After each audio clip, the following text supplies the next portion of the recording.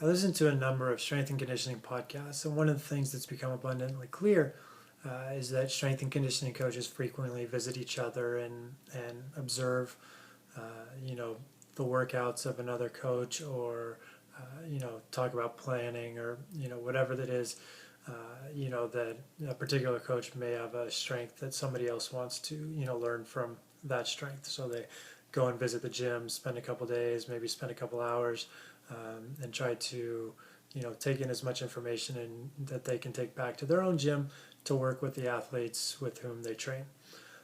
And so in basketball, I know this happens. You frequently read about NBA coaches who go and sit in and observe other NBA coaches, especially there's been a number of articles about Tom Thibodeau going during his season away from coaching, and he went and visited different practices, and a couple of them asked him and really spoke to him, and tried to get some knowledge out of him while he was there.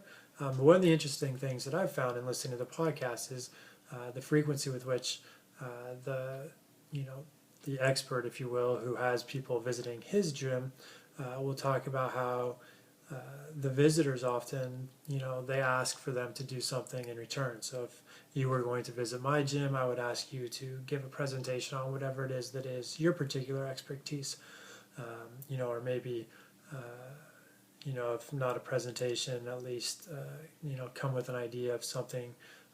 Basically, so there's a reciprocal relationship, and it's not just one coach coming and taking everything that he can get from, a gym or another coach, but there's some give and some take. And so, in my experience, when I've visited uh, college basketball practices, which I've probably visited at least 10 different coaches, just to sit in and watch what they do. And I've never had a college coach uh, one, ask ahead of time, hey, I want you to come and, if you're going to watch practice, I want you to present something to our players. I want you to present something to our coaches. I've never had that situation. But even at the end, I've never even had a coach, ask my opinion about anything, or ask anything really. It's just like, oh, thanks for coming. See ya. And there's no, there's no reason. There's just nothing out of that. It's just me observing a practice and them conducting their normal practice, and that's it. And there's no attempt by the coach to potentially learn something from an outsider, or get something from that observation.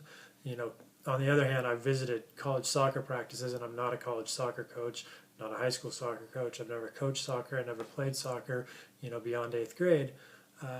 But college soccer coaches, they didn't ask me to do a presentation or anything, but I've watched a soccer practice and then gone out and gotten coffee with soccer coaches afterwards, and talked about, you know, practice, motivation, tons of different things, over the course of, a couple hours really.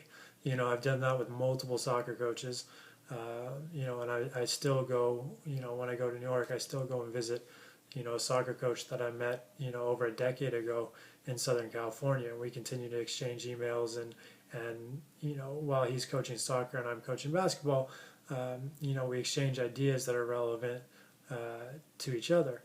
And one of the drills that I use in several of my books is the Long Island passing drill that I got from watching his soccer practice, and then going out to lunch with him after that practice, and just talking, practice design, drills, teaching, developing intelligence of players, things like that.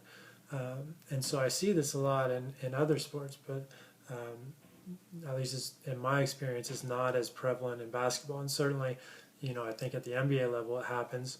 And probably if you're a coach with, huge name recognition, you can probably go into another gym and they're probably going to ask you, what you think or something like that. But just in general, I think it's a good practice, for coaches to think about, like the strength and conditioning coaches. So if somebody wants to come and watch your practice, can they give a presentation to your staff, or afterwards, can you ask them, hey, what'd you think, and get some observations and some feedback on the practice that can help you make yourself better. I mean, I went to a practice, a couple weeks ago, and I took 3 pages of notes in case the coach wanted to discuss anything that I saw or anything that, um, you know, any ideas I might have. And, the coach had nothing to say to me after the practice, which is her prerogative. But, I think there's definitely things that I could offer. And if a coach comes and watches my practice, I'm always going to ask them what they think, and hope that I can get some kind of honest answer, even if I'm not going to have them do a presentation to my staff, because I've never had a staff of more than one. So, but I want, if somebody comes in, I'm going to ask, what do you think what do you think about this? Do you have any ideas? What do you think about this player? Different things, just so that, I can get another set of eyes on what I'm doing, and, maybe there's something that I can improve, and it's hard for me to see what that is because I'm in it every day. But having an outside observer can come and while they're watching what I do and trying to learn from what I do, they can also give me some feedback that can help me improve as a coach. So I think that collaboration that I see in the strength and conditioning world, and I've experienced within soccer, of all places, I think if you can bring that to basketball, I think that can help one's coaching, regardless of whether you're the coach having, coaches visit you and watch your practice, or whether you're going out and watching another coach's practice.